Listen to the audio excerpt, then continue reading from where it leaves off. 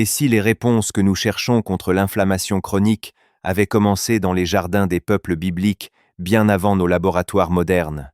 Chaque jour, des millions de personnes cherchent des solutions pour soulager leurs douleurs, sans imaginer que certaines traditions alimentaires anciennes renferment encore des enseignements précieux. La Bible n'est pas un manuel de médecine. Pourtant, elle évoque des aliments qui accompagnaient la vie quotidienne des hommes et des femmes de son temps. Aujourd'hui, la science observe que plusieurs de ces aliments contiennent des composés naturels associés à une meilleure régulation de l'inflammation. Au cours de ce voyage, tu découvriras comment histoire, écriture et recherches actuelles dialoguent avec une étonnante harmonie. Reste jusqu'au bout, car le dernier aliment réserve une surprise rarement expliquée. Si cette exploration te passionne, abonne-toi simplement pour poursuivre cette redécouverte vivante de la création. Ensemble, nous retrouverons des trésors oubliés dignes de ton attention. Depuis les premières pages des Écritures, la nourriture apparaît comme un don destiné à soutenir la vie, fortifier le corps et rappeler la générosité du Créateur. Dans le désert, dans les vergers, autour des tables familiales ou sur les rives du lac de Galilée, les aliments accompagnaient chaque étape de l'existence.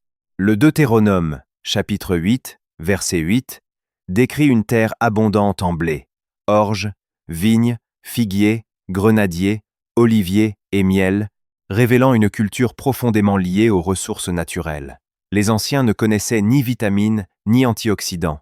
Pourtant, ils observaient attentivement les effets des récoltes sur leur vigueur quotidienne. Aujourd'hui, les chercheurs explorent ces mêmes aliments avec des outils modernes et découvrent des propriétés qui rejoignent parfois ces observations anciennes. Sans confondre foi et science, cette rencontre éclaire un héritage alimentaire fascinant et prépare une exploration où chaque découverte enrichira la précédente avec un regard équilibré sur la création aujourd'hui encore. En avançant dans cette exploration, une évidence apparaît doucement. Derrière des aliments souvent ordinaires se cache un héritage oublié, façonné par l'observation, la création et des générations d'expériences humaines. Premier héritage vivant, la betterave. Peu d'aliments semblent aussi modestes que la betterave. Pourtant, sous sa peau rugueuse, se cache une chair d'un rouge profond qui intrigue depuis des siècles. Bien qu'elle ne soit pas directement nommée dans les Écritures, elle était cultivée dans les régions méditerranéennes où se déroulèrent de nombreux récits bibliques et appartenait à l'alimentation des peuples vivant autour du Proche-Orient ancien. Ces communautés privilégiaient les légumes capables de se conserver longtemps et d'apporter de l'énergie pendant les saisons difficiles. Dans la Bible, les récoltes représentent constamment la fidélité de Dieu envers son peuple. Le livre d'Ésaïe, chapitre 55, verset 10, rappelle que la terre produit ce qui nourrit l'homme. Cette vision invite à considérer chaque aliment comme une ressource précieuse, plutôt qu'un simple accompagnement. Aujourd'hui, les chercheurs s'intéressent particulièrement à la betterave pour ses bétalaïnes, pigments naturels responsables de sa couleur intense. Ces composés possèdent une activité antioxydante étudiée pour leur capacité à limiter certains phénomènes liés au stress oxydatif. Elle contient également des nitrates naturels que l'organisme transforme en oxyde nitrique, une molécule favorisant la détente des vaisseaux sanguins et une meilleure circulation. Cette amélioration de la circulation intéresse les scientifiques, car elle participe au bon fonctionnement du cœur et peut soutenir l'endurance physique. La betterave apporte aussi de la vitamine C, du folate, du manganèse et des fibres qui nourrissent le microbiote intestinal. Rôtie, râpée, cuite à la vapeur ou intégrée dans un jus frais, elle trouve facilement sa place au quotidien. Derrière son apparence discrète, elle rappelle que la création réserve souvent ses plus belles richesses aux regards les plus attentifs. Deuxième héritage vivant, le gingembre. Noueux, irrégulier et peu spectaculaire au premier regard, le gingembre accompagne pourtant l'histoire humaine depuis des millénaires. Les caravanes marchandes transportaient déjà cette racine aromatique entre l'Orient et les régions du Levant bien avant notre époque. Les peuples anciens lui reconnaissaient une valeur culinaire autant que pratique, notamment pour préserver les aliments et réconforter les voyageurs. Même si le gingembre n'est pas explicitement cité dans la Bible, les évangiles montrent combien les épices occupaient une place importante dans la vie quotidienne. Matthieu, chapitre 2, verset 11, évoque les présents précieux apportés à Jésus, rappelant que les substances aromatiques étaient considérées comme des biens de grande valeur. La recherche moderne identifie aujourd'hui un composé majeur appelé gingérol. Celui-ci fait l'objet de nombreuses études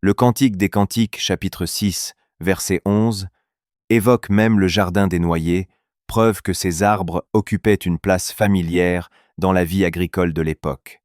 Les noix étaient faciles à conserver, simples à transporter et riches en énergie. Elles accompagnaient les voyageurs, les bergers et les familles pendant les périodes où les récoltes fraîches devenaient plus rares. Cette capacité à traverser le temps en faisait un aliment particulièrement précieux. Les analyses modernes montrent que les noix renferment des oméga-3 d'origine végétale, de la vitamine E, du magnésium, des fibres et de nombreux polyphénols.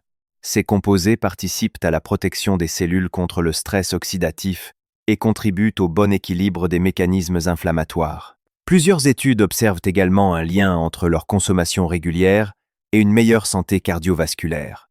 Une petite poignée suffit généralement pour enrichir un repas ou une collation. Elle se marie facilement avec des salades, des céréales complètes, des fruits ou un yaourt nature. Avant de poursuivre cette exploration, écris en commentaire « La création nourrit avec sagesse ». Et si cette découverte t'apporte un nouvel regard sur les aliments bibliques, pense à t'abonner et à partager cette vidéo afin que d'autres puissent, eux aussi, redécouvrir cet héritage vivant. 6e héritage vivant, les graines de courge. Les graines sont omniprésentes dans les Écritures. Elles symbolisent la vie, la croissance et l'espérance. Jésus lui-même compare le royaume de Dieu à une graine qui grandit discrètement dans Marc, chapitre 4, versets 26 à 29. Même si les graines de courge ne sont pas nommées précisément dans la Bible, elles s'inscrivent parfaitement dans cette culture où rien de ce que la terre produisait n'était gaspillé. Les peuples anciens conservaient les graines pour les semailles, mais aussi pour enrichir leur alimentation pendant les périodes plus difficiles. Longtemps, leur valeur fut surtout reconnue pour leur capacité à nourrir durablement. Aujourd'hui, les recherches permettent de comprendre pourquoi elles occupent une place si intéressante dans une alimentation équilibrée. Elles renferment du magnésium, du zinc, du fer, des protéines végétales, des fibres et des acides gras insaturés. Le magnésium participe à des centaines de réactions biologiques et contribue au fonctionnement normal des muscles, des nerfs et du système immunitaire. Le zinc soutient les défenses naturelles et intervient dans la réparation des tissus, tandis que leurs antioxydants aident les cellules à se protéger du stress oxydatif associé aux phénomènes inflammatoires. Faciles à intégrer au quotidien, elles peuvent être dégustées légèrement grillées, ajoutées aux salades, aux soupes, au pain maison ou mélangées à des fruits secs. Une simple poignée suffit pour enrichir un repas sans le compliquer. Leur discrétion rappelle une vérité souvent oubliée. Dans la création, les plus petites choses portent parfois les ressources les plus remarquables. 7e héritage vivant. Les champignons. Les champignons poussent dans le silence, souvent à l'abri des regards. Ils apparaissent après la pluie, transforment la matière organique et participent depuis toujours à l'équilibre des écosystèmes. Les Écritures ne les mentionnent pas directement. Pourtant, ils étaient naturellement présents dans les paysages du Proche-Orient ancien. La Bible rappelle à plusieurs reprises que toute la création manifeste la sagesse divine. Job, chapitre 12, versets 7 à 10, invite même l'homme à observer les êtres vivants pour apprendre d'eux. Les peuples anciens cueillaient uniquement les espèces qu'ils connaissaient parfaitement, transmettant leur savoir avec prudence de génération en génération. Cette connaissance empirique limitait les risques tout en permettant de profiter d'une ressource saisonnière appréciée. Aujourd'hui, les scientifiques s'intéressent particulièrement au bêta-glucane, présent dans plusieurs variétés de champignons. Ces fibres particulières participent au bon fonctionnement du système immunitaire et font l'objet de recherches concernant leur rôle dans la modulation de certaines réponses inflammatoires. Les champignons apportent également des vitamines du groupe B, du sélénium, du cuivre et, lorsqu'ils ont été exposés à la lumière, de la vitamine D, un nutriment essentiel pour les os, les muscles et les défenses naturelles. Poêlés avec un peu d'huile d'olive, ajoutés dans une soupe, une omelette ou un ragoût, ils enrichissent facilement les repas. Leur histoire rappelle que la nature cache parfois ses enseignements les plus étonnants dans les endroits les plus humbles, attendant simplement un regard attentif pour les redécouvrir. Tu as déjà découvert que des aliments simples peuvent relier les observations des anciens aux recherches modernes. Pourtant, les révélations les plus étonnantes restent devant nous. Certaines étaient presque absentes des terres bibliques. mais leur fonctionnement éclaire admirablement les principes alimentaires que ces peuples avaient déjà compris. Si cette exploration t'aide à regarder ton assiette autrement, pense à aimer cette vidéo, à t'abonner et à la partager autour de toi. Agar, de Manta, abonné. Dis-moi également en commentaire quel aliment t'a le plus surpris jusqu'ici. La suite dévoilera des découvertes capables d'enrichir encore davantage notre compréhension de cette sagesse naturelle héritée de la création. 8e héritage vivant, la cannelle. Parmi les épices citées dans la Bible, la cannelle occupe une place particulière. Dans l'Exode, chapitre 30, versets 22 à 25, Dieu demande à Moïse de l'intégrer à l'huile d'onction sacrée, parmi d'autres aromates précieux. Cette présence montre qu'elle était déjà considérée comme une substance de grande valeur, transportée sur de longues routes commerciales, reliant l'Orient aux terres bibliques. Son parfum exceptionnel en faisait un ingrédient recherché, aussi bien pour les cérémonies que pour la conservation et la préparation des aliments. Les anciens ignoraient naturellement sa composition chimique, mais ils avaient remarqué qu'elle accompagnait agréablement les repas tout en se conservant remarquablement. Aujourd'hui, plusieurs recherches s'intéressent au cinnamaldéhyde et aux polyphénols qu'elle renferme. Ces composés sont étudiés pour leurs propriétés antioxydantes ainsi que pour leur influence sur certains mécanismes impliqués dans l'inflammation. La cannelle semble également contribuer à une meilleure régulation de la glycémie lorsqu'elle accompagne une alimentation équilibrée. Saupoudrée sur des fruits, mélangée à un yaourt nature, incorporée dans des boissons chaudes ou ajoutée aux céréales complètes, elle s'utilise facilement sans bouleverser les habitudes alimentaires. Cette épice rappelle qu'un simple parfum, apprécié depuis les temps bibliques, continue aujourd'hui d'éveiller la curiosité des chercheurs comme celle des passionnés de traditions naturelles. 9e héritage vivant, le kéfir et le yaourt.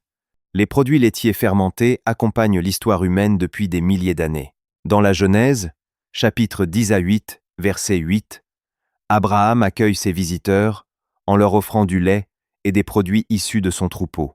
Dans les sociétés pastorales du Proche-Orient ancien, la fermentation représentait une solution pratique pour conserver le lait plus longtemps, tout en développant de nouvelles saveurs.